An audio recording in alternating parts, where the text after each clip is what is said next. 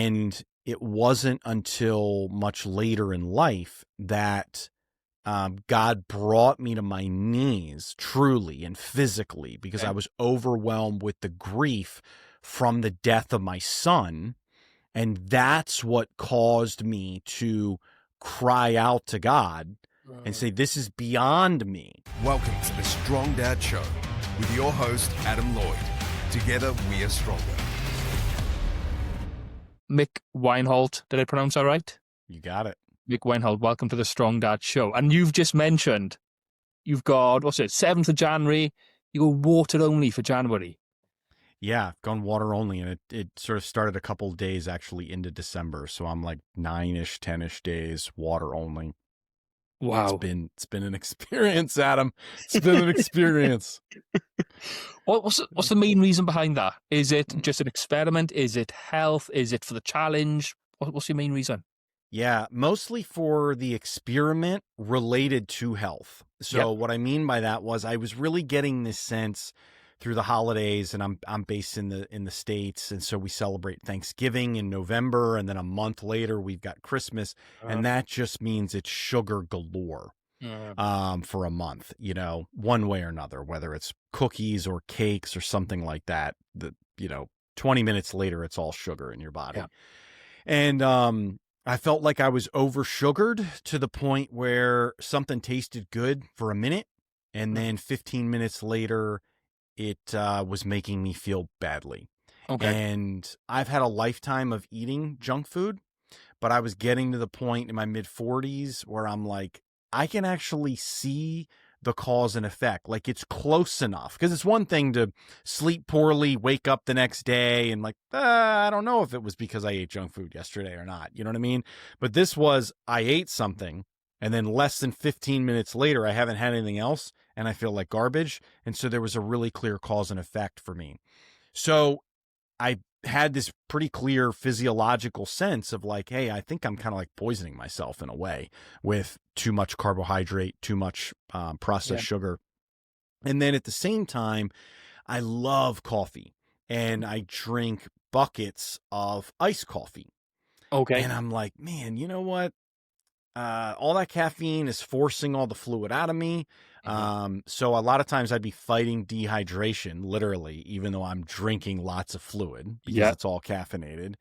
And I just felt like there was an opportunity to decaffeinate my life and desugar my life in an attempt to heal, like literally just give my body a break.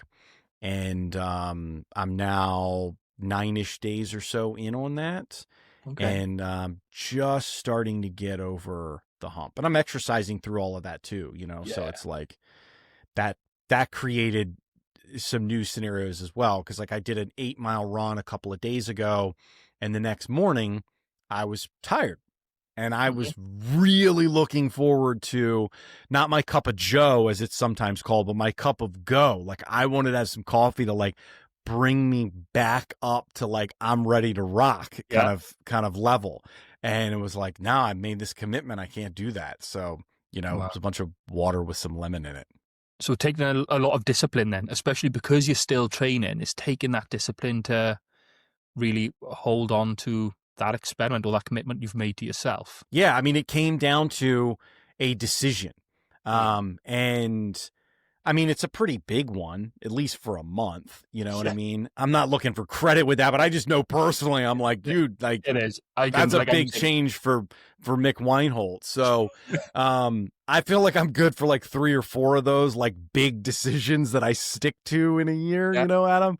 It's not just like at the drop of a hat. I'm like, oh, cool, I'm going to make this decision and change my life. You know what I mean? Anytime I want. But yeah, it came down to a decision more so than a goal, or in fact, not even a goal, right? It was just like, this is what I'm going to do for the month. And then we're going to see what happens, because I'm hopeful for healing and feeling better, And I'm like, maybe just starting to see the light at the end of the tunnel with that, because the first couple of days, even as late as yesterday, we're still kind of like, I don't know, is this even worth it?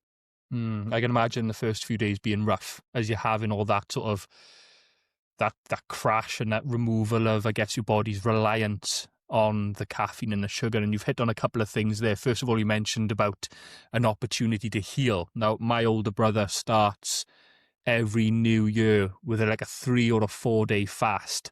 I think he did 4 days last year. He did 3 days this year. And again, that's not something I could do. But again, he does it as both the experiment and the challenge, but also the body's opportunity to heal. Yeah. Funnily enough, what you mentioned about the coffee. Now, I'm the same. I love coffee. I just love the taste of it.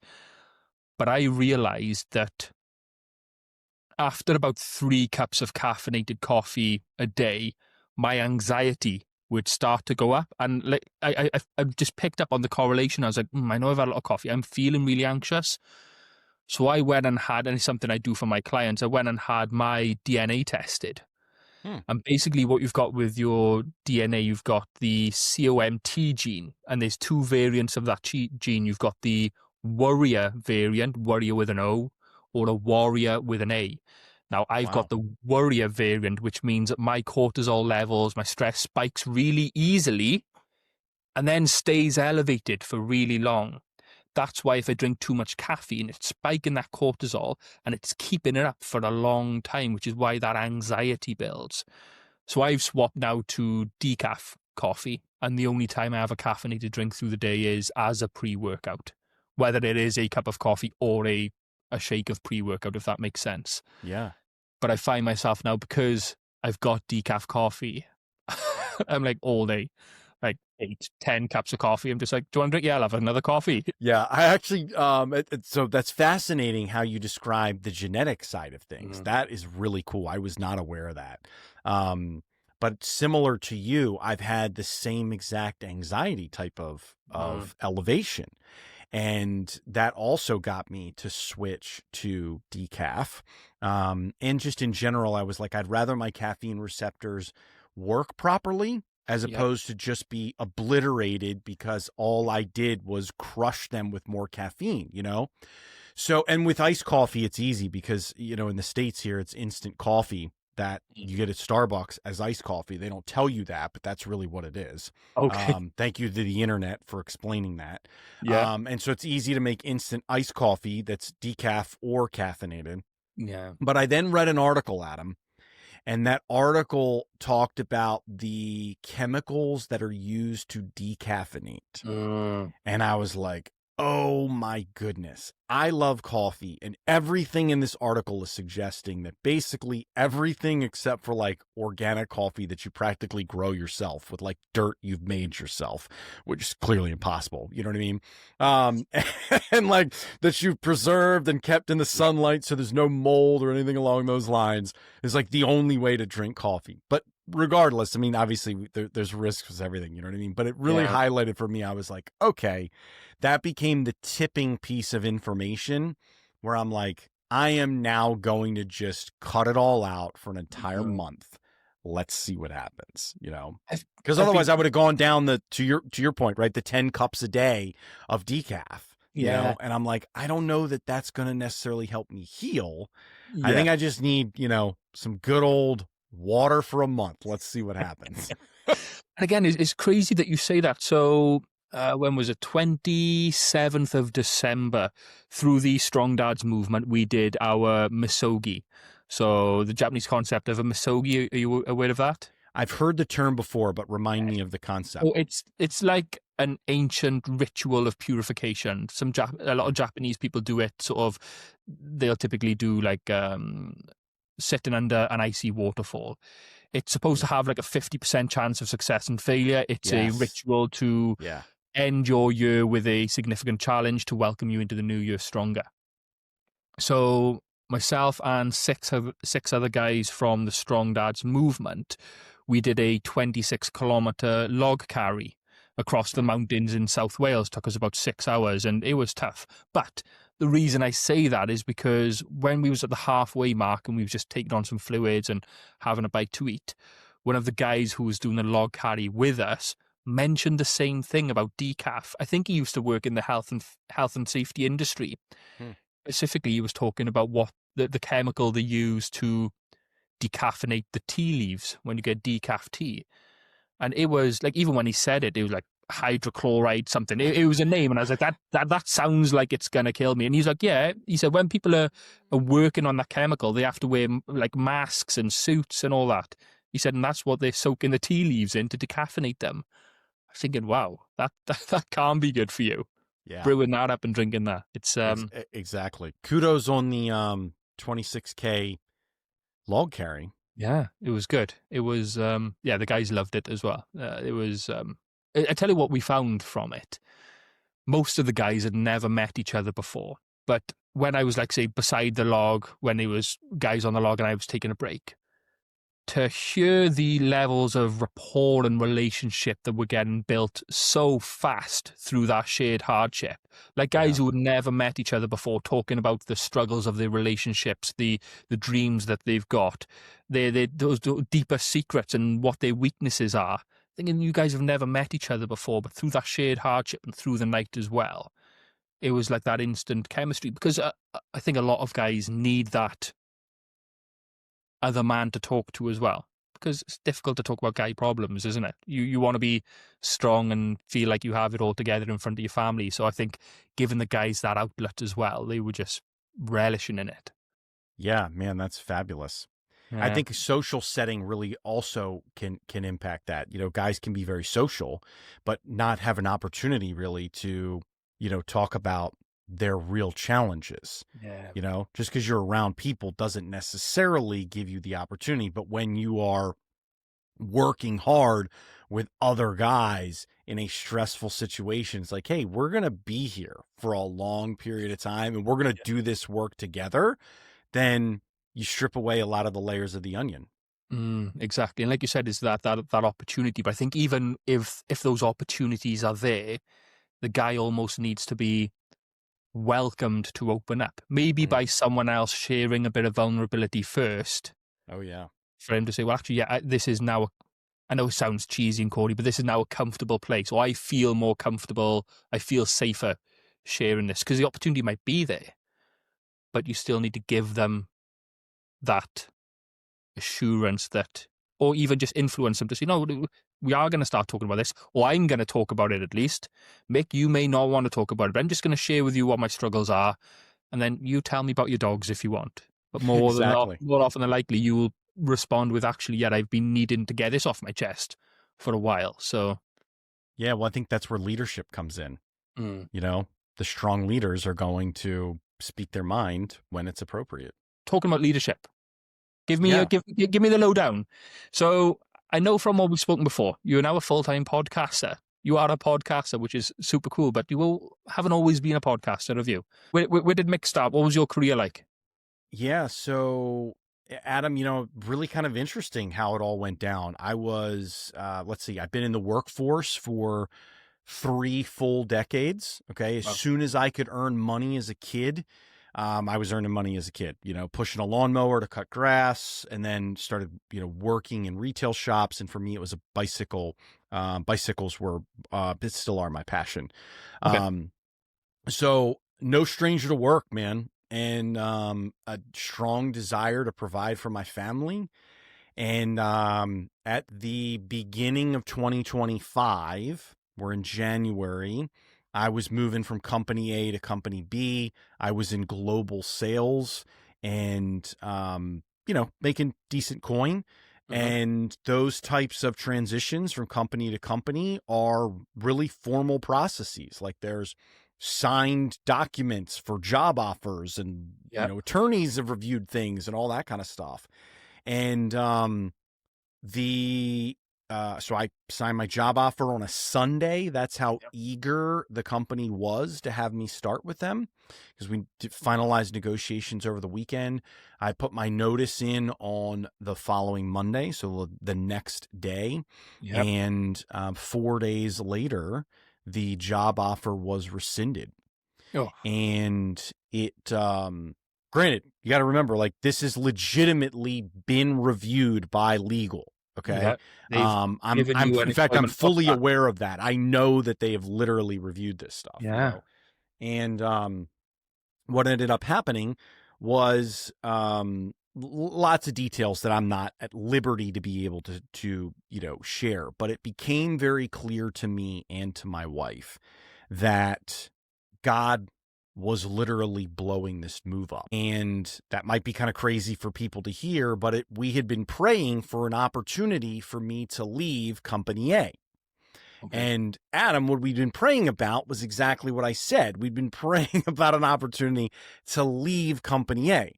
Mm-hmm. What I meant when I prayed that was I would like a new job. But what I prayed was, can we have an opportunity to leave Company A? Yeah.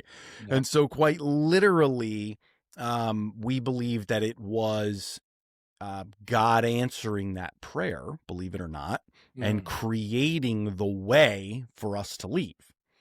So the company that I was leaving said, we don't actually want you to leave. You can stay. And I declined. Because admittedly, dude, I fully thought within 3 weeks I would just have a different job. You know what I mean? Because I got a big professional network. I mean, I've been in the corporate world for many, many, many years. You know what I mean? Lots of folks and lots of capabilities. And I'm a seasoned revenue generator, meaning I'm a sales professional. And most organizations, when they see that someone actually can do that, because there's some salespeople that aren't actually successful, but when you can show them that you've produced, they usually want you to generate revenue for them. So I was relatively confident that even though I was leaving Company A and the job opportunity with Company B had blown up, that all was going to work out. And so interestingly, like your brother, I've rolled into a 3-day fast. This was not intended for health purposes, but more for spiritual purposes. And on the, I think it was the third day, on that Wednesday, that following Wednesday, God told me to stop looking for work. Wow. And he said, I want you to focus on the podcast being When You Look.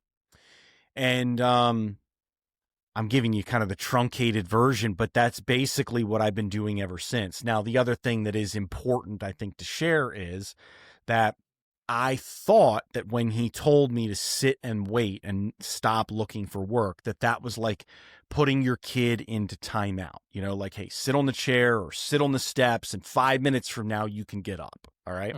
So I continued to ask him about that in prayer.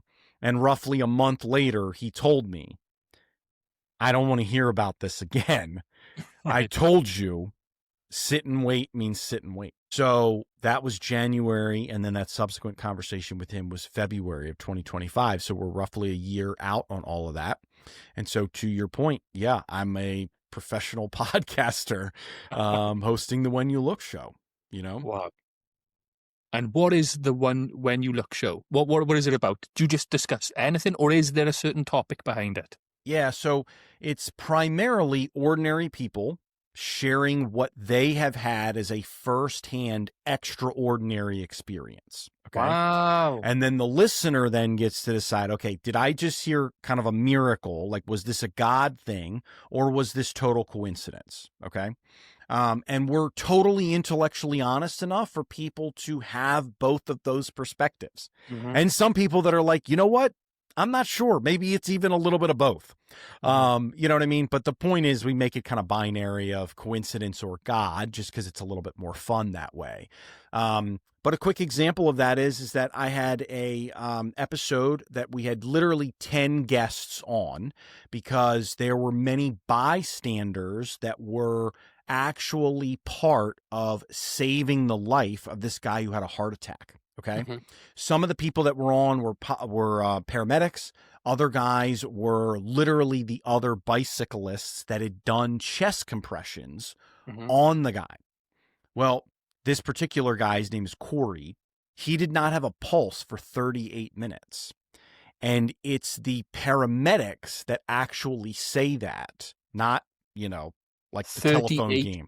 38 minutes. Yeah. And they said, listen, He hasn't had a pulse for 38 minutes. We got a pulse back. Now we're not even sure if he's going to survive, because they get the pulse back on their way to hospital. Right.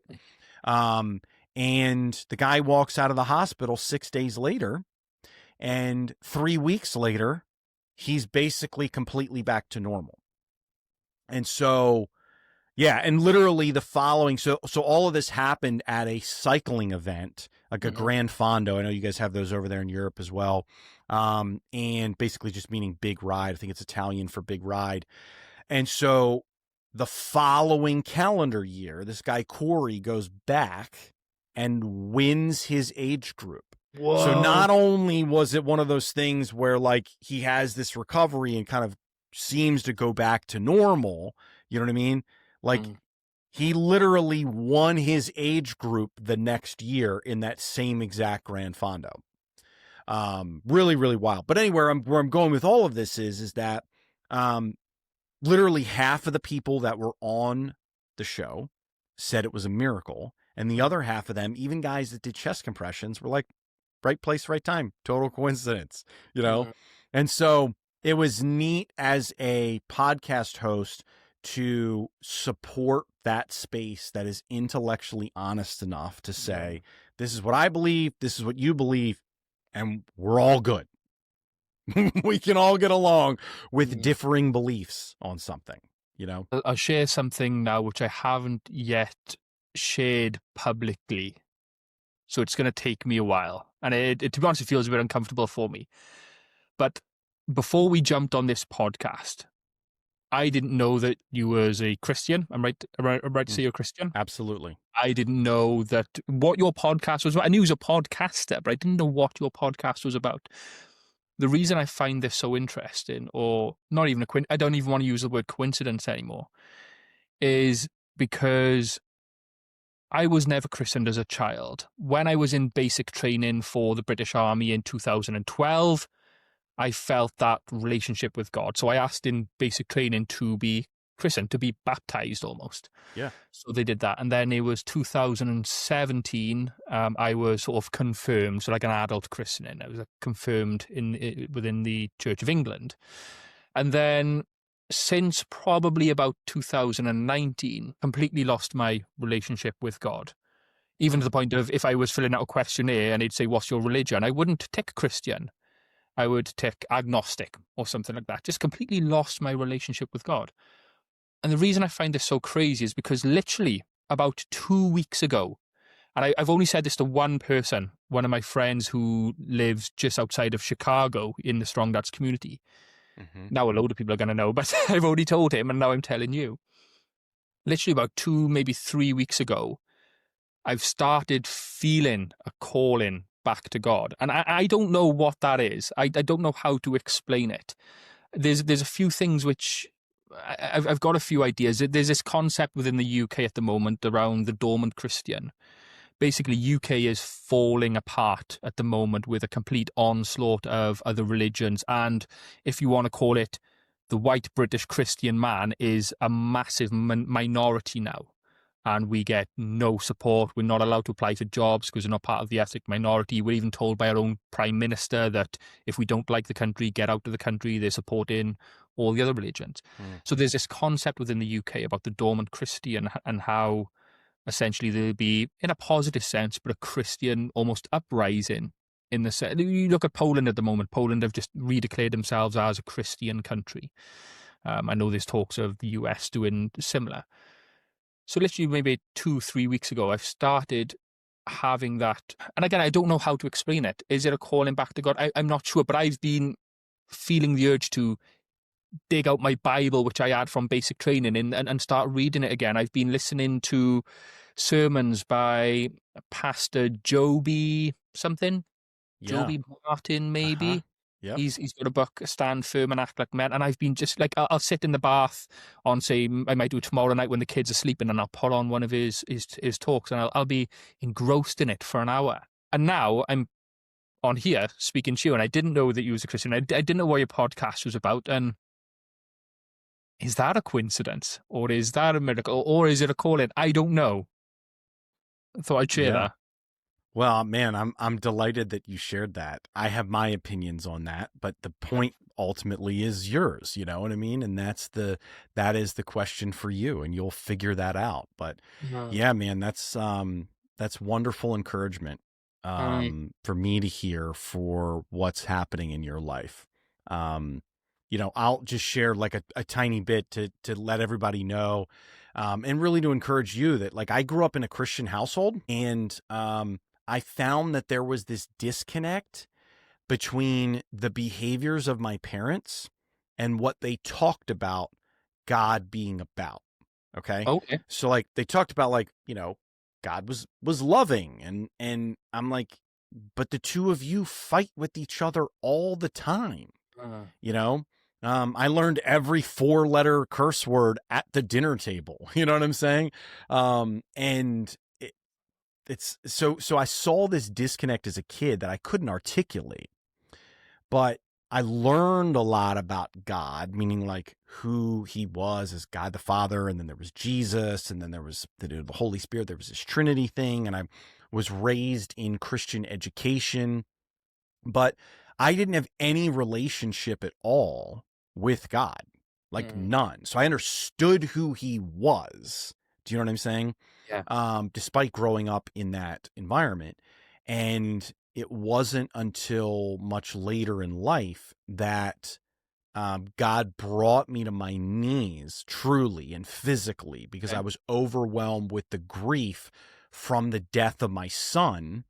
And that's what caused me to cry out to God and say, this is beyond me. Every other problem up to that point in my life, Adam, I had solved with grit, tenacity, a little bit of money, a little bit of time, like work this through, figure this out, get this done, right? Whether that was in the workplace or whether that was in my, personal life, home life, right?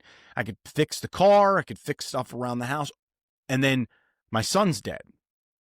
That's completely beyond me. And that's what brought me to my knees, to where I had to cry out. And that's what began at age 31, the relationship with God that's changed everything.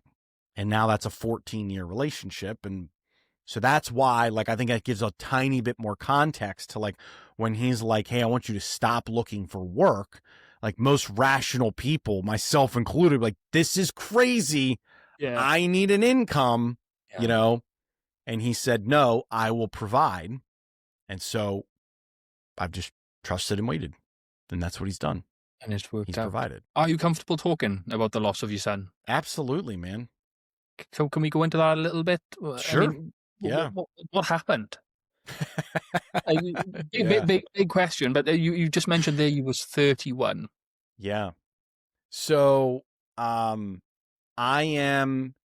just rewind everybody, okay, to 2011, 2012, all right? And I want you guys to picture a 31-year-old, 6-foot-tall, athletic guy that I would describe as a punk, because I was literally fueled by Red Bull and ego. So I'm climbing the corporate ladder, and I'm athletic, bicycling all the time. I've climbed 14,000-foot peaks because we lived in Colorado.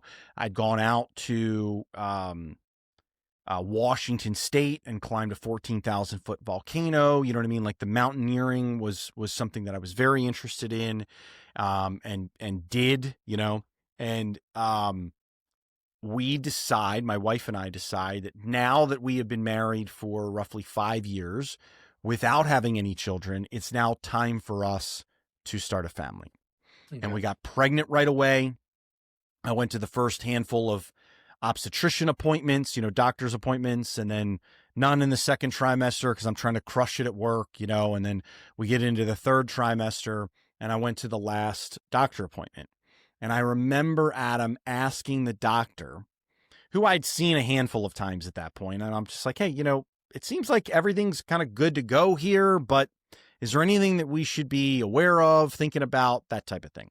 And her response to me was, and I will never forget this, she said, your wife should be on the cover of Fit Pregnancy magazine.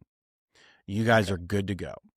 Right. Now, the reason I bring that up, just so that everybody is clear, okay, is because when someone that you basically don't really know says that your wife should be on the cover of Fit Pregnancy magazine, that implies something about your wife. The one, she's fit, okay, Yeah. attractive enough to be on the cover of a magazine, okay, Right. and then healthy enough that her and the baby are good, right? Yes, it's almost like your job offering. It's a sign. It's done. We're ready to go.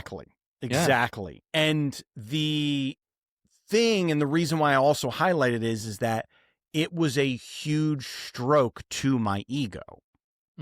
Okay. Because I'm fueled by Red Bull and ego at this point in my life. Right.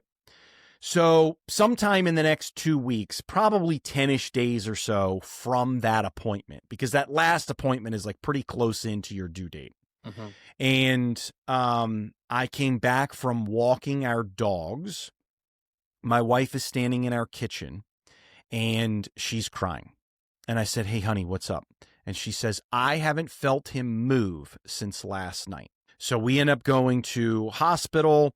We go to labor and delivery, and they had 3 ultrasound or sonogram machines, 3 different ultrasound technicians. And then finally the doctor, who was the only one who could tell us what at that point we knew, which was, "I'm sorry to tell you this, but your baby no longer has a heartbeat." So on January 4th of 2012, we find out that our happy, fit pregnancy has now ended with a basically full term, right? Your kid's 1 week away from the due date. Like, it's go time at any moment. A full term baby dying in my wife's belly. So she was induced, and the next day she delivered him, because it's just how long it takes for that whole process to go. And so my wife delivers a 6-pound, 8-ounce, 21-inch long dead baby boy as our first pregnancy. But when we found out, when we heard the doctor say, "I'm sorry to tell you, but your baby no longer has a heartbeat," we were overwhelmed with grief immediately. And, some degree of moments go by, and my wife's like, "I need to go to the bathroom." So I take her to the bathroom. I go with her, and she goes in, closes the door. She's in there by herself, and I'm in the hallway, and I am fully overwhelmed by the physical weight of the emotion of grief. So I'm essentially just kind of crushed. I'm on my knees at that point, and I'm realizing that I can't fix this. Like I described earlier, every other problem I fixed, literally, in my life. You know what I mean? Now, that's not 100% true, but you know what I mean, right? Something works out, or you do it through grit and tenacity and learning and figuring something out. You know what I mean? Yeah, better time, better money, but you could sort it. You got it. Yep. And it was crystal to me that this was beyond me. And so that God that I knew about, right? I realized at that moment that I needed him, because this was fully beyond me. And so I cried out to him, and he met us in that grief, met me in that grief. And man, we thought, our son's name is Luke, we thought we had a Luke-shaped hole, Adam. And through the grief, God showed us that we had a God-shaped hole in our heart. And he loved us through all of that, and he filled that hole, and he's literally changed our lives since. And then he's blessed us by moving us to a heart position of where we accept him as our Savior. And so now we have eternal life. Our oldest child has done the same. Our other 2 are still pretty young, and so they haven't made that decision. But it's like he's changed our family tree, and so we look at the death of Luke as, believe it or not, truly the single most tangible blessing that my wife and I have in our lives, because it changed everything for us eternally through Jesus. And your children to come, or your children that were to come then. The children you've got now. So how old is your eldest now? 12, almost 13. Wow, man. And then identical twins that are almost 7. Oh, I bet that's busy. I'm laughing at him because that's an understatement, my man. Yeah, that's an understatement. So, and again, I'm lost for words, because I can't even begin to appreciate what you described as the actual physical weight of grief. As you was talking about it, I could almost feel it, like, or almost imagine how that must have felt before that moment, or before the passing of Luke. Then, had yourself or your wife, had you had a relationship with God? I think you mentioned for yourself it was at that moment it started, but what about for your wife? Yeah, same thing for her. Okay.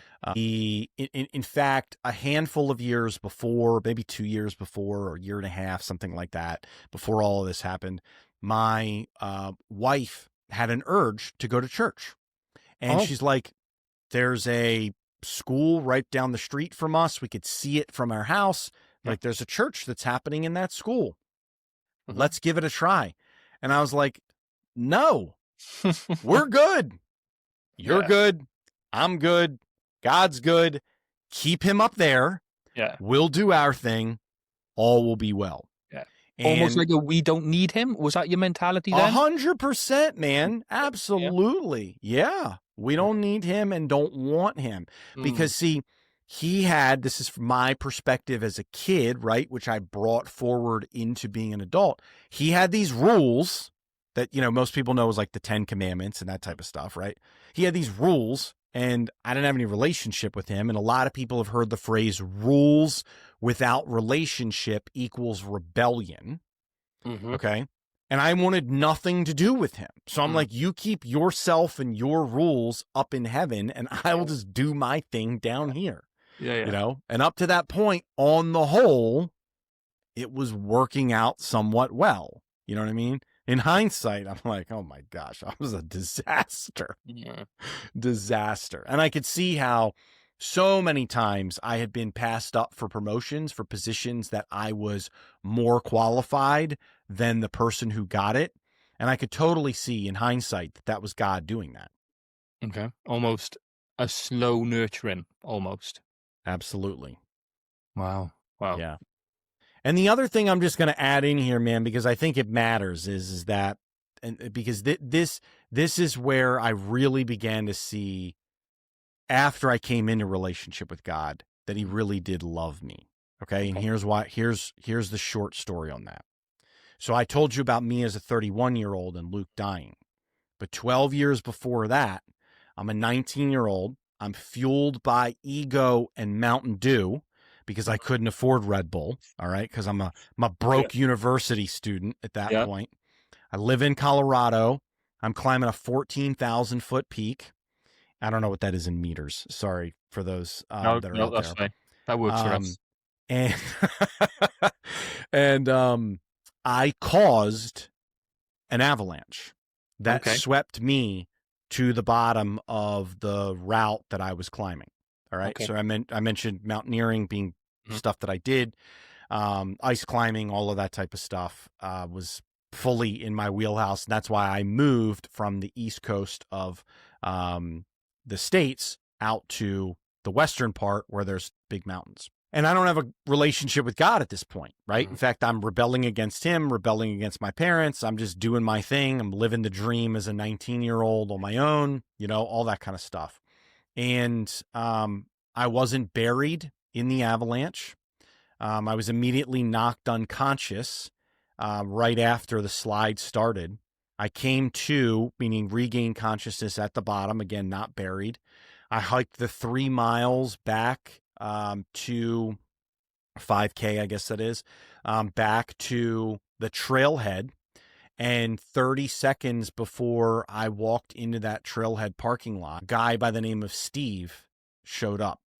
And he was the only other human being around, because it was a Tuesday afternoon. It happened to be election day in the United States, which means that everybody else is just busy doing other things. And in November, it's beautiful in the mountains. There's snow, but no one wants to be there because there's not enough snow. So climbing that snow is really dangerous. Well, my ego said, I'll be fine. And the point in all of this is that I would have died in that parking lot due to all of the trauma that had occurred to my brain and skull if Steve wasn't there. So while I got back to my car, I couldn't even get my shell jacket. I could not get the zipper down because there was so much coagulated and frozen blood on the front of my jacket that I couldn't, as this strong, capable, athletic 19-year-old guy, could not pull the zipper down through all of that junk. That's how weak I was at that point. And that right? blood's coming from your head. Yeah. So my skull was broken in 3 places. Wow. My jaw was broken on both sides.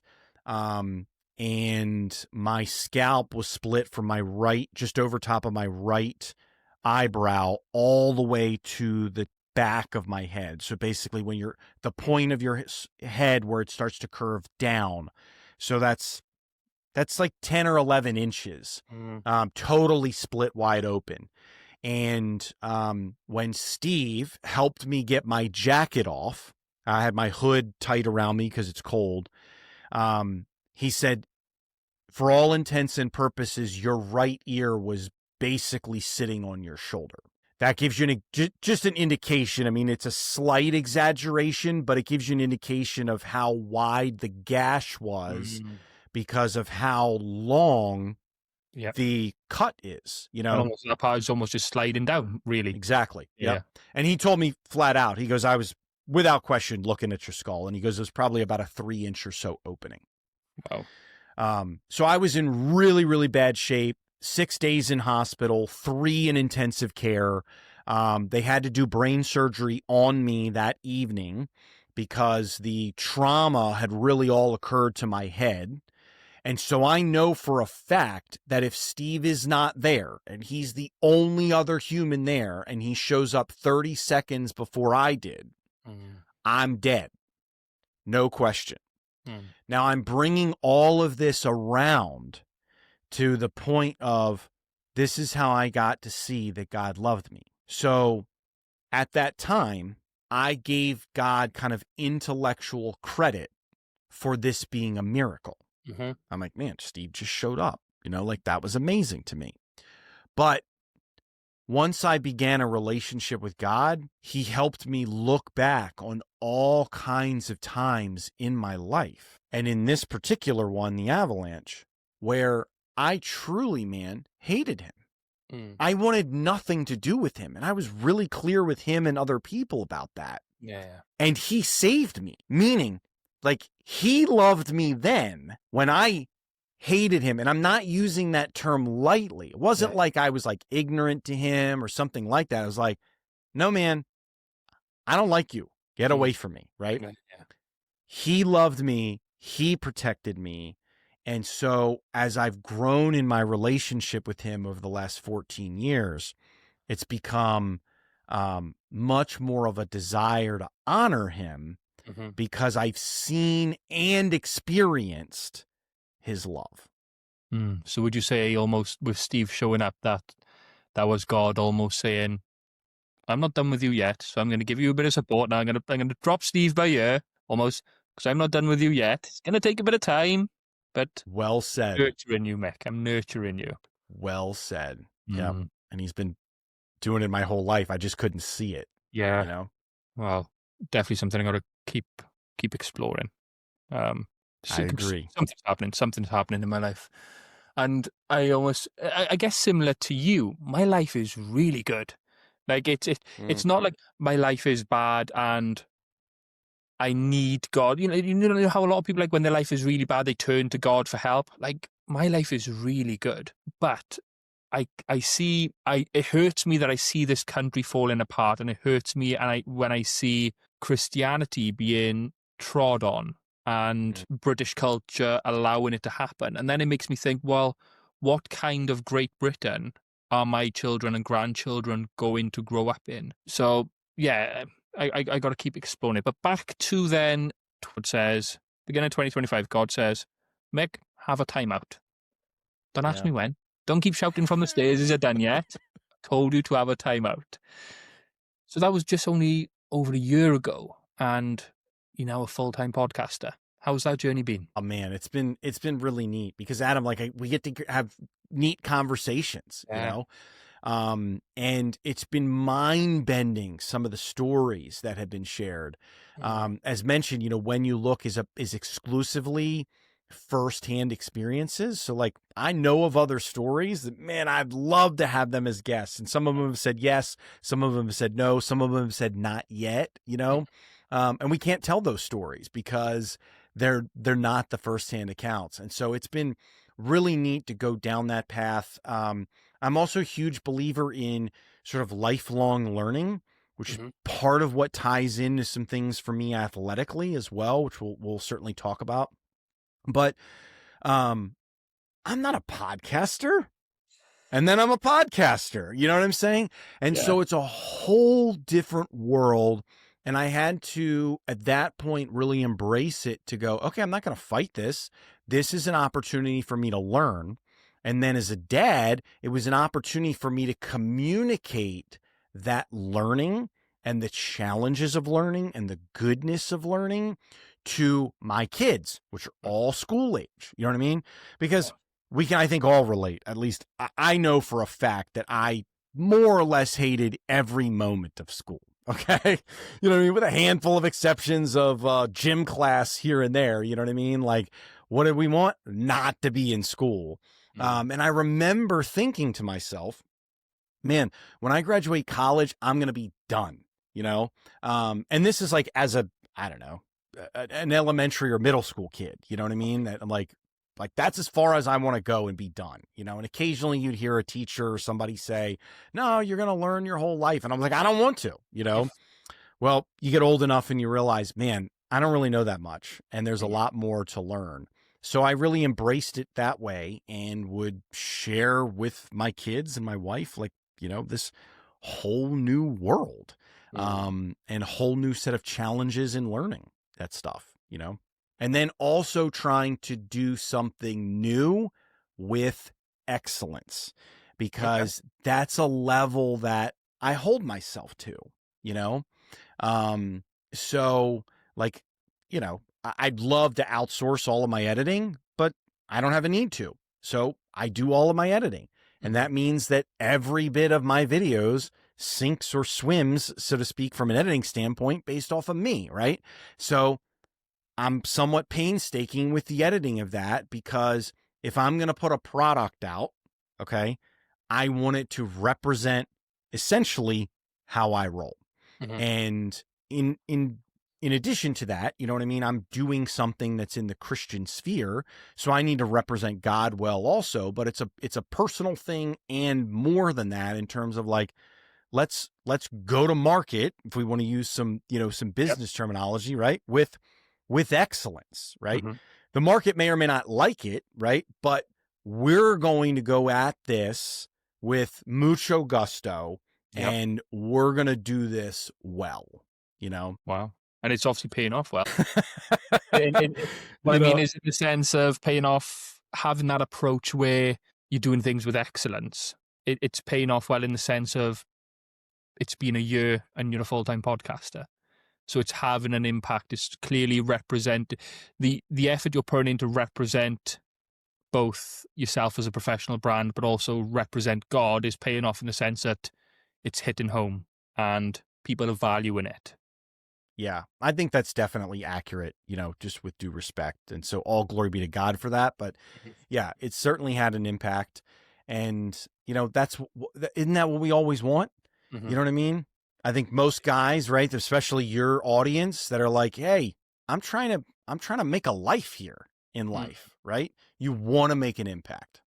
And it's one of the changes that I've seen, or I'm embracing. Definitely, I've done coaching for just over 16 years.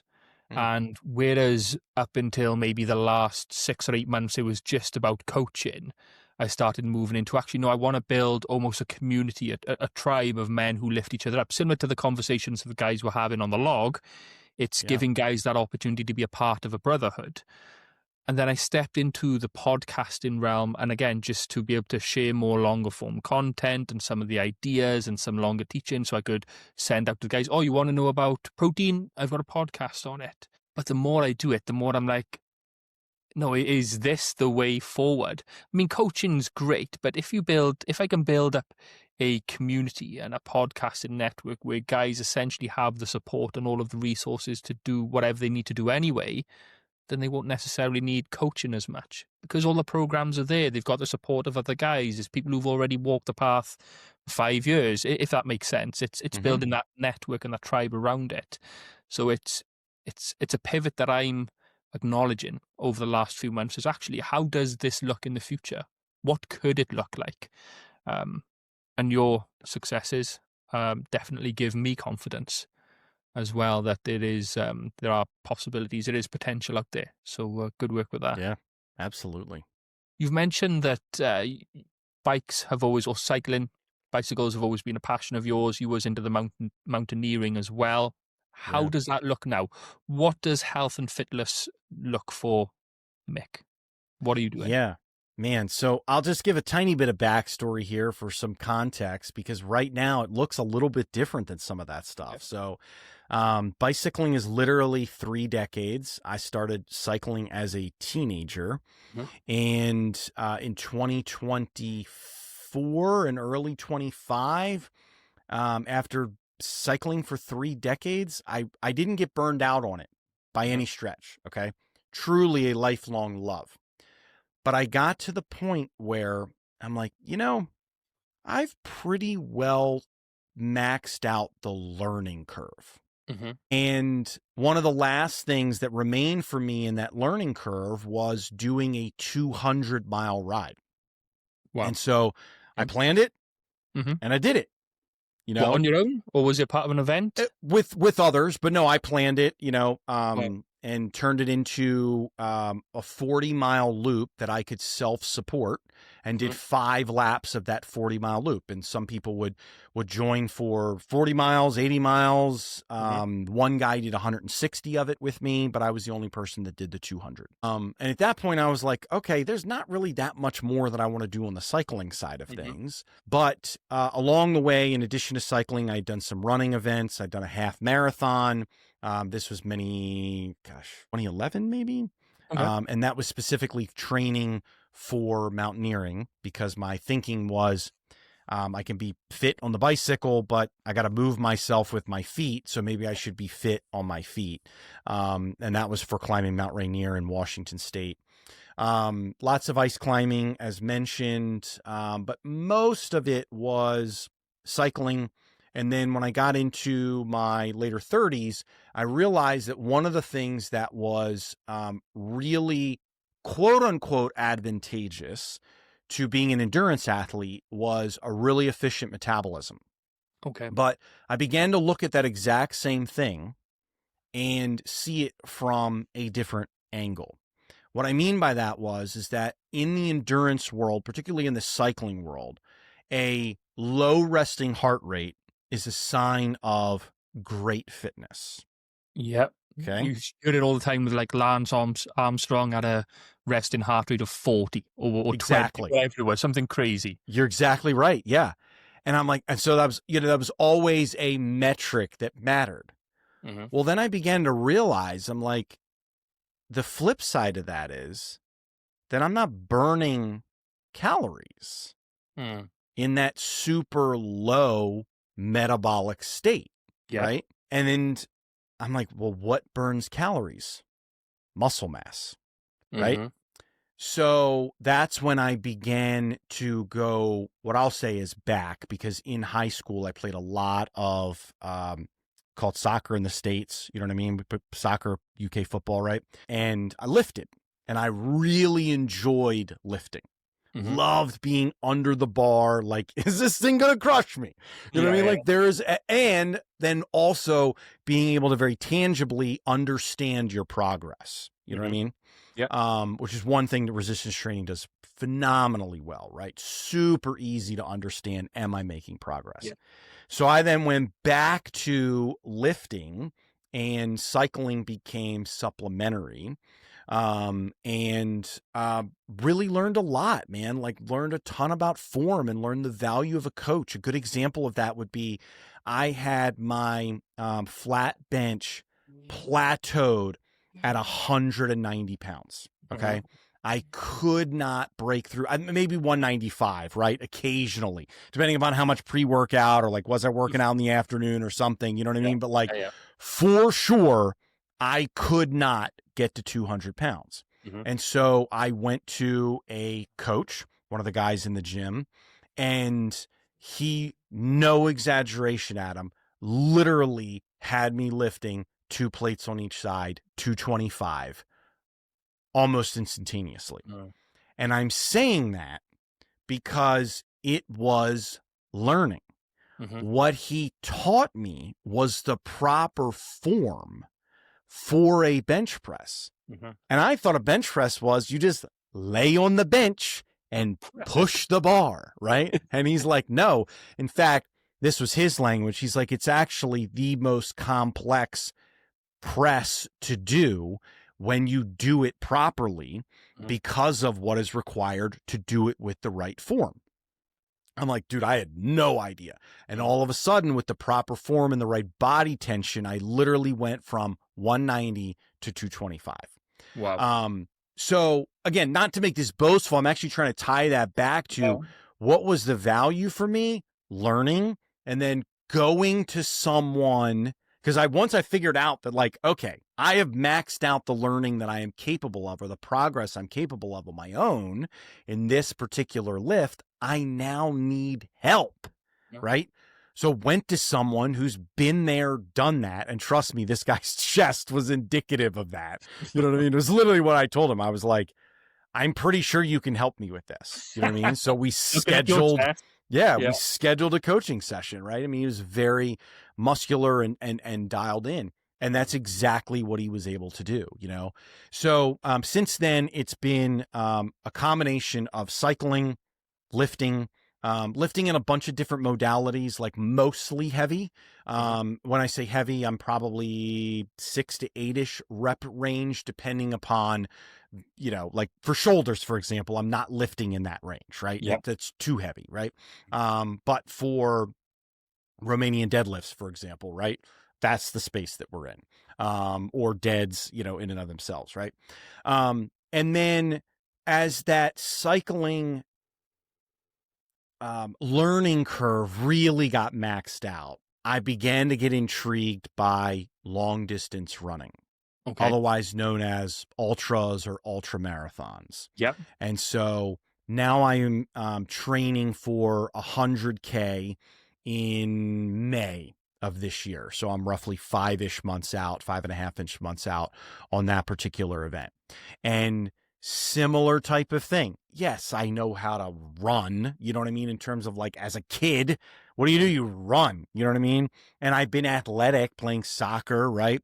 For, you know, much of my life, but learning how to run over long distances and with some degree of proper form, you know, and all of that type of stuff, there's a lot that goes into that. And so that was really interesting to me. Like, ooh, new learning curve.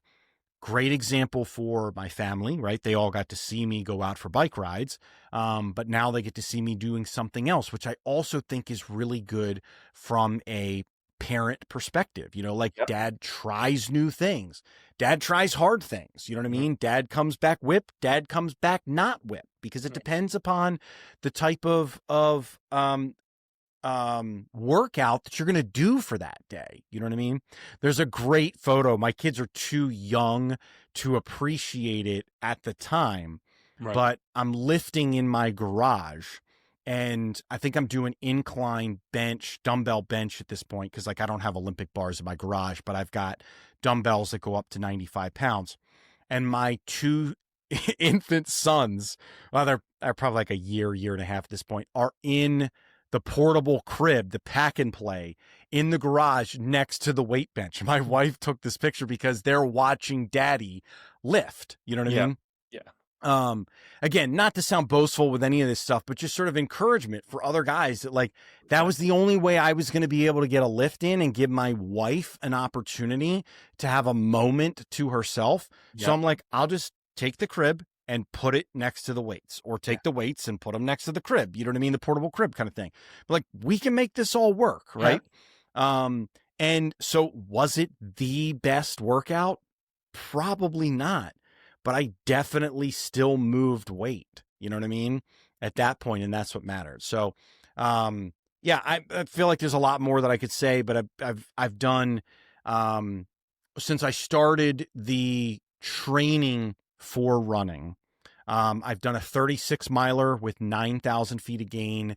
I did just literally 10 days ago, I did a 21 miler with 5,600 feet of gain.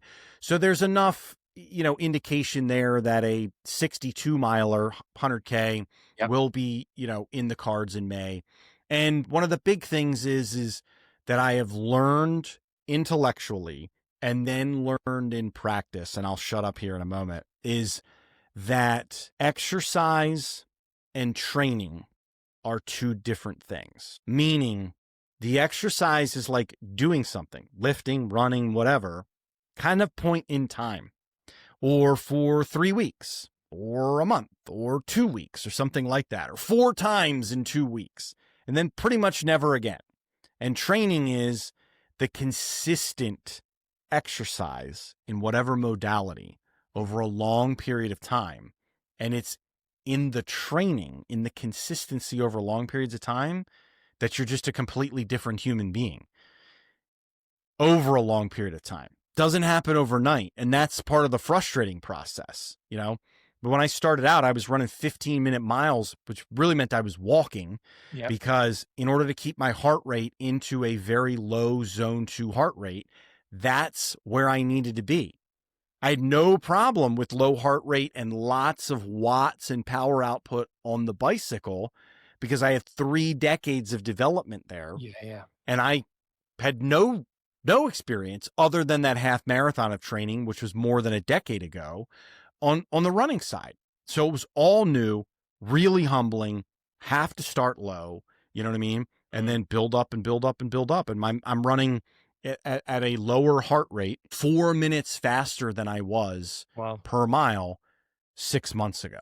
Wow. We'll definitely get into that now, because there's definitely a topic I definitely want to explore that with you.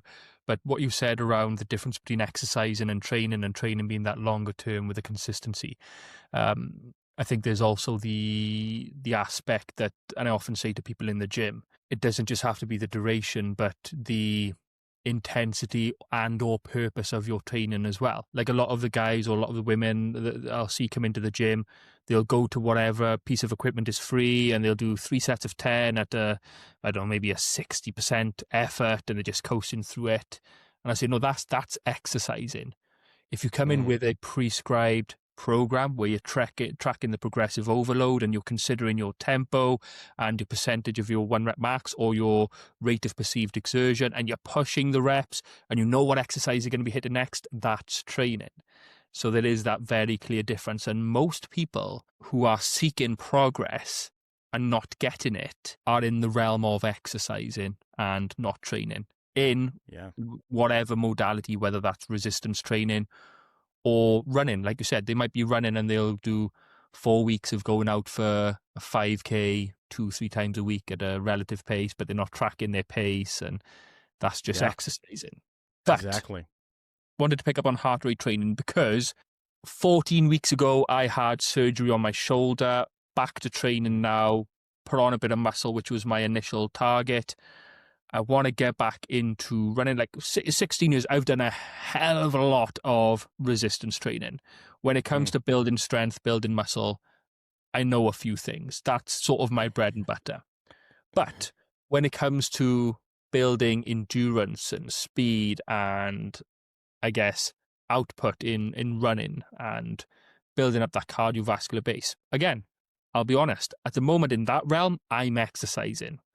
I'll go for a run once a week, and I'll go for maybe between a 7 and a 10K run once a week. And I'll say I'm exercising because I'm not monitoring my heart rate. I'm not training in specific heart rate zones. So not just for the guys listening, for me as well. What have you learned about heart rate training, zone training, lactate threshold, etc.? What have you learned that you could share with us? Yeah. Wow, man. I didn't expect to be dropping some of this info, but I'll give you what I know, with the intention for education for all of us. You know what I mean? So what I have learned is that the aerobic energy system is really the primary energy system for any athletic event beyond 2 minutes in duration. Mm-hmm. So even though that feels like it's a relatively short period of time, you're still driving so much of your output off of the aerobic versus the anaerobic system, right? So even something like a 5K, which obviously is a relatively short distance compared to other relatively longer distances, right? It's still very important to have a well-developed aerobic engine. Mm-hmm. And the aerobic side of things is really developed over time at a low heart rate. And so there's a number of different models for heart rate zones. A classic one is that 5-zone model. And in the 5-zone model, you're typically going to be aerobic. Okay, so meaning not anaerobic. We're going to be aerobic in zone 2 or below. So zone 1 and zone 2. Okay. But there's a lot of different ways that you could figure out what your zone 2 is, or better said, that you could approximate what your aerobic threshold would be, meaning the top of your zone 2, meaning at which heart rate you then become anaerobic or a combination of aerobic and anaerobic. Yep. Again, I know you know all of this stuff too, right? No, please keep going. Just trying to lay some stuff out. Terms, definitely.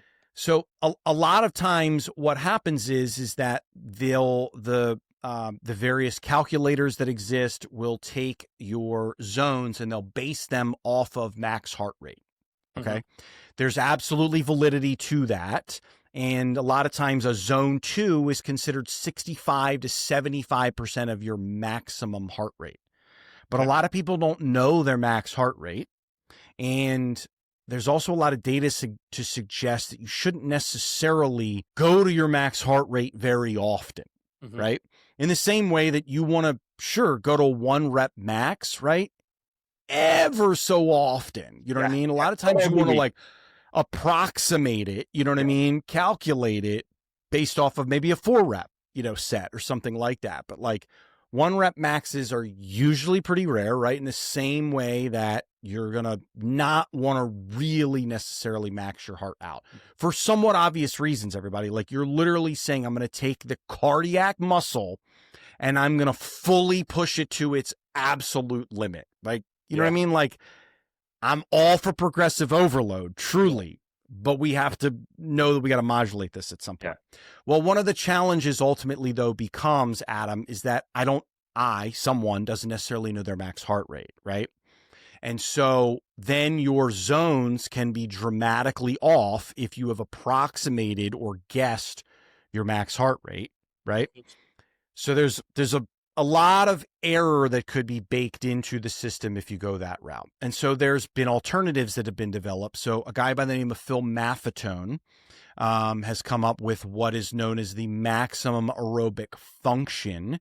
And he describes that threshold as taking, I'm going to approximate it, or summarize it here, of taking 180 and then subtracting your age from it. Okay. And that's different. Some of the folks that are out there may be familiar with identifying or approximating your max heart rate, which is a very old school way to do it, of 220 minus your age. That has long been disproven as not accurate. Yeah. So the math method of 180 minus your age begins to give you the point that Phil Maffetone believes would be your starting point for your maximum aerobic function. What I have found is that I have started with the math method, okay, to give myself a really solid starting point inside of the aerobic space, okay, meaning somewhere in zone 1 or zone 2. And I think that that's a really good place to start. For most people, it seems extraordinarily low, Mm-hmm. Okay. Once they go out and run, they're like, whoa, wait a second. I'm just going to use some random numbers here. I'm used to running at around 160 beats per minute if I'm used to running and tracking it. Right. Yeah. And now my math is saying that I should be at 145 beats a minute. And in order to stay at 145 beats a minute, I now have to slow my pace by a pretty large margin. Okay. Maybe it's 2 or 3 minutes slower per mile or per kilometer that they would have to get to in order to bring their heart rate down. Well, when that's occurring, meaning that you have to slow that dramatically in order to get your heart rate to be at that, that is a classic indication of an underdeveloped aerobic system. And I've definitely experienced that myself. I think once or twice I might have tried tracking my heart rate to try and keep it in a zone. And I know they say a zone 2, they can define a zone 2 as a conversational pace. If we were running next to each other, we should be able to have a conversation. That's like a guideline. But for me, it's like, whoa, like I'm running pretty slow here. If you want me to slow down even more, I'm going to be in a fast walk. But if that's my zone 2, it was pretty, but then on the flip side, my younger brother, does a lot of zone training, incredibly fit, especially when he was in the military, incredibly fit, and he loves zone training. Anyway, I'll let you carry on. Yeah, well, I mean, to your point there, right? The litmus test that's often put out there about a zone 2 is that it could be conversational. And I have found that when someone is relatively fit, they can actually be quite conversational at an anaerobic heart rate. Okay. So I find that because that's all they've known, you know what I mean? And they've developed an anaerobic capacity to be able to be relatively conversational at, say, I'm just going to make this up, 165 beats a minute. And so that's where I have, from my experience, defaulted to what I believe to be better measures to start, which is the math method, okay? That then puts people squarely into an aerobic position, we'll say, okay? Even though it may be very aerobic heart rate.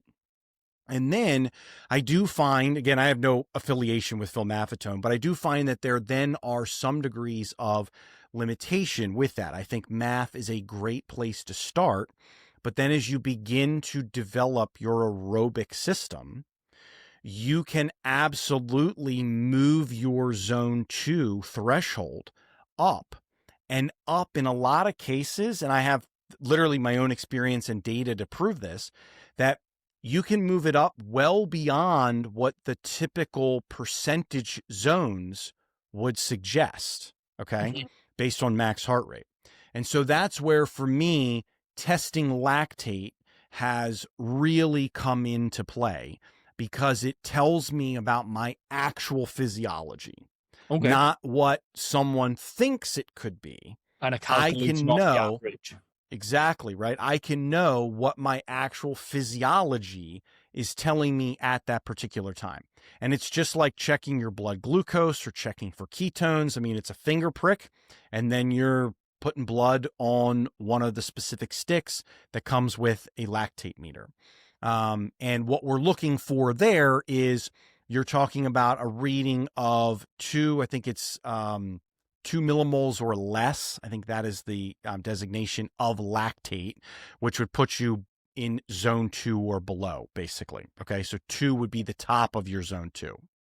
So how would you apply that? Would you literally do that out on a run or get to a certain heart rate? Say, for example, you think that your aerobic threshold is 150, for example. Would you every now and then test yourself, get to 150 beats per minute and test your lactate and see if you're still in that zone 2? Or if you're well in the zone 2, test it at 153 beats a minute and see if is that literally what you're doing? Yeah, absolutely. Oh. So there's a little bit more to it in terms of, there's a really robust but easy to execute testing protocol that is more of a ramp But for sure, what you described is absolutely the case. Okay.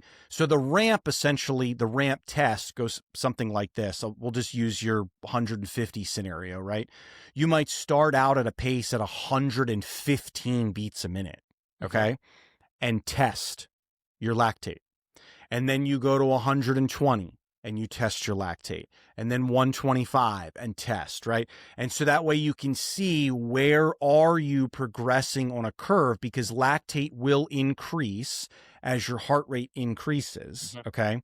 And there needs to be some degree of elapsed time in terms of, you might be at let's say 120 beats a minute for 4 minutes, and then maybe it's 6 minutes, 8 minutes, some degree of elapsed time at that heart rate. And then same type of thing, another 4 minutes at 125 and so on. And you are testing consistently to then see where do you break through that 2 millimoles at, to your point, maybe it turns out, well, I thought it was 150. That was my hypothesis going in. Turns out it's about 148. You know what I mean? Based off of the data, or up, you know what, it's 156 based off of the data, right? And so you do this slow progressive ramp. So then let's just say it turns out that your top of your zone 2 would be 156. You came in thinking it was 150, right? Then what I do is I'll validate that once a week or once every other week on a run of varying duration, okay? Because everybody suffers from the same reality, which is the longer you go, even when you go aerobically, the more work is being applied to your metabolic systems, right? So the pros slow down the longer that they go, right?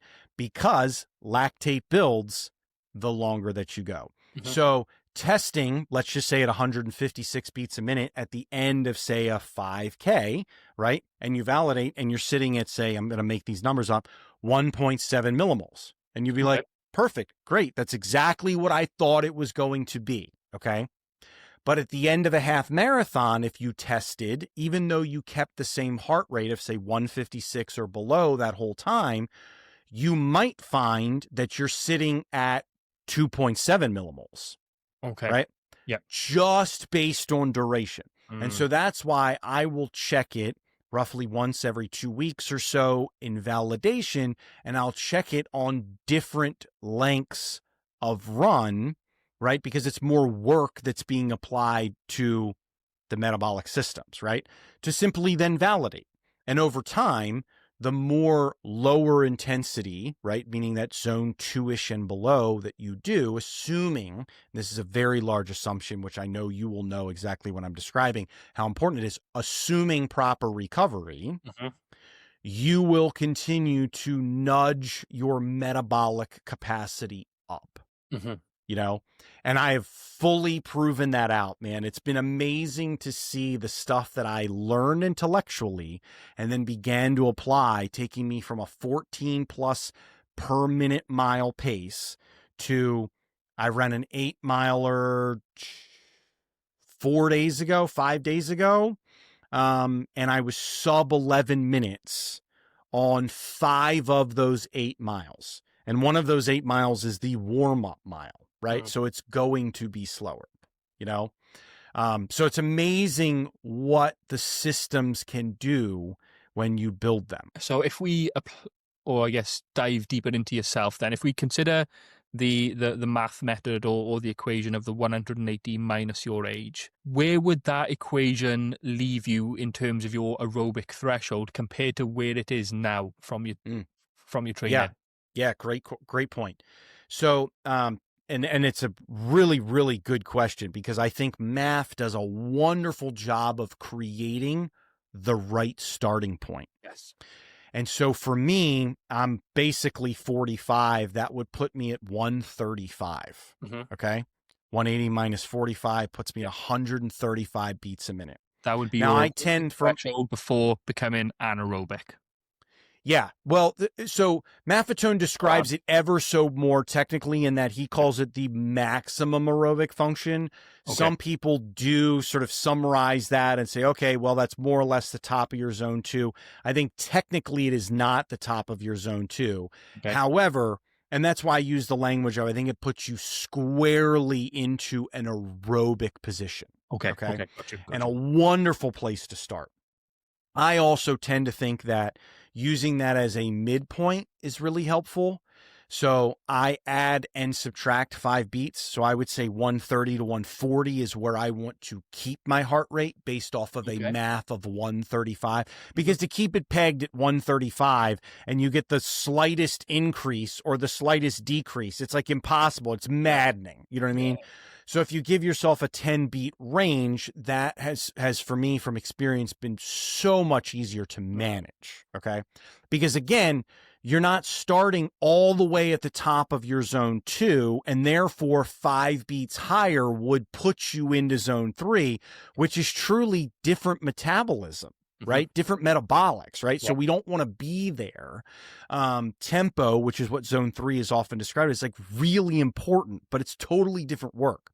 So I think MAF does a great job of giving you a great starting point with that range of plus or minus 5. So then to answer your question more directly, I know from my most recent ramp test and then subsequent validation tests that the top of my zone 2 is right around 156 beats a minute. Wow. Right. That's a big improvement. Totally.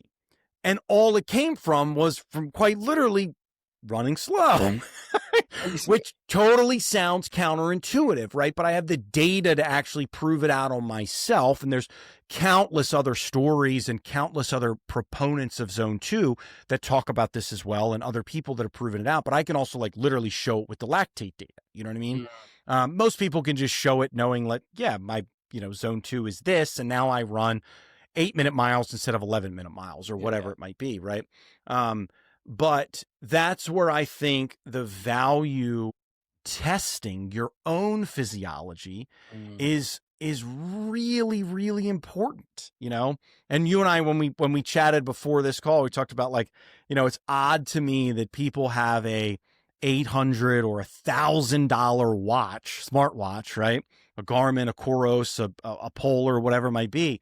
And then they're like, I don't want to spend $2 to test my lactate. I'm like, that's just crazy to me. Okay, yes, a lactate meter does cost in the US about $300, but then you have it for the rest of your life. I mean, the thing just works, and it's an incredibly valuable tool.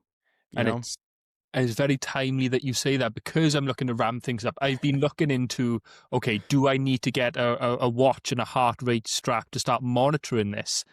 And straight away I'm thinking, I ain't buying a new one, and not one of the top of the range ones because it's a lot of money. But now I'm thinking, well, I could get a mid-range one used and get a lactate meter as well. Absolutely. Absolutely. Again, I'm 33, so with that math equation, mine would be, say, around 147 would be my sweet spot. But exactly what you said, which I'm glad you said, plus or minus 5 as well. Absolutely. If I'm doing a lot of runs in that zone, then I'm golden, because I think a lot of people don't believe it when the top runners in the world, you look at David Goggins or the top marathon runners, when they're like, 80% of my training is zone 2. You're like, you got to run fast and hard to get fitter. And they're like, no, it's like a boring pace. 80% of my training is zone 2. A lot of people don't believe it. Yeah, and I really enjoyed beginning to learn more about why that was the case. You know what I mean? And I'm definitely not the guy to describe without, a cheat sheet, the metabolics, but so much of it has to do with the ability to handle pyruvate, which is a byproduct of the metabolism that's happening in the creation of ATP, right? We know all about ATP, right? From wanting to be able to do heavy lifts, you know what I mean? But it's super fascinating when you get under the hood with this stuff. And, in the US, we had biology class, right? And I hated every minute of it, Adam. And now I'm like, give me a book that tells me about how, ATP is created, right? Because that is about force, happening in the muscle and as an energy system, obviously, you know what I mean? And what happens to pyruvate, and what is happening to mitochondria, and what about mitochondrial density, and all of these other things. And again, I just bring that back to that lifelong learning scenario And in particular, right, like you've been coaching for well over a decade, right? You've been lifting for well over a decade. And we also know that the data and the studies that have transpired from the beginning of that time period to now are markedly different. You know what I mean? We still are proving things out, like seeming like over and over and over again, the validity of things like creatine, right? But then we've also sort of like disproven the validity of certain things, right? Because we've done additional testing. And I think that's really neat that we make sure, I'll just speak for myself, that I don't get on a dogmatic approach to something, you know what I mean? But instead, like, okay, what's the data saying? And in particular, then if I apply it to my physiology, you know what I mean? How does this work? You know, and is it working for me relative to my goals too? You've definitely got that approach of lifelong learning, haven't you? And yeah, I can see when you talk about it, it definitely lights you up that whatever you're doing, if you like you mentioned about your cycling, you got to the point where you was at that top of that learning curve, so you almost needed something to learn again from. Yeah. And I'll just say this real quick about that was a choice. Like as an adult, I decided, oh, I'm going to learn and I'm going to keep learning. You know what I mean? Because as a kid, I didn't want that. Right. And then as a dad, because obviously we're told on the StrongDad Show, right? I was like, man, this is stuff that I can apply to my kids. I can show my kids dad continues to learn, you know? I mean, I like scrolling with the best of them. Okay. Meaning on the internet. Yeah. But I was super pumped to just get a new book, and I don't read the book privately. What I mean by that is I read the book in front of my kids. Okay. So that my kids see me reading a book versus reading my phone, for one, right? And when I'm on my phone, like a lot of it truly is reading about things, right? But nobody knows that. No, you know what I mean? Scrolling through TikTok. They don't know. They just see you staring at the screen. Exactly. And same for my wife too. She for sure does not think that I'm like reading something of value. You know what I mean? She's like, you're not paying attention to the kids. But when you have a physical book in front of you, and in my case, it's more about like aerobic systems and, you know, endurance training and all of that kind of stuff. It creates curiosity, and it's me not looking at a screen. And literally I've had my kids, my 6-year-olds come up to me like, what's the book about? What are you learning? You know, it's pretty wild. It is, because it's showing them, isn't it? It's showing them that you're learning, and similar to what you were showing them when they were in the sort of the playpen, the travel cot, whatever it was, when you was on that incline bench press. You're showing them what it means to be a man and to always not just be learning, to be pushing yourself outside of your comfort zone. There's a question I asked in the Strong Dads community last night, or maybe this morning. I just said, look, guys, modern life wants us to be comfortable. But what do you think? Because my personal opinion, I think we should strive to live in discomfort daily, not misery, like the Stoics sleeping on a concrete slab. But what I'm saying is not to chase and embrace a completely comfortable life where you're just passive in existence. Always having something, whether it's a career or a business aspiration or a fitness aspiration or learning a new skill. Learning to play the guitar, whatever it might be. It doesn't have to be a physical hardship, but doing something which pushes you outside of your comfort zone regularly. Because, and again, I had that idea because I was listening to that Pastor Job, I think his name's Joby Martin, I'm not sure. That Pastor Joby's I think you're right. And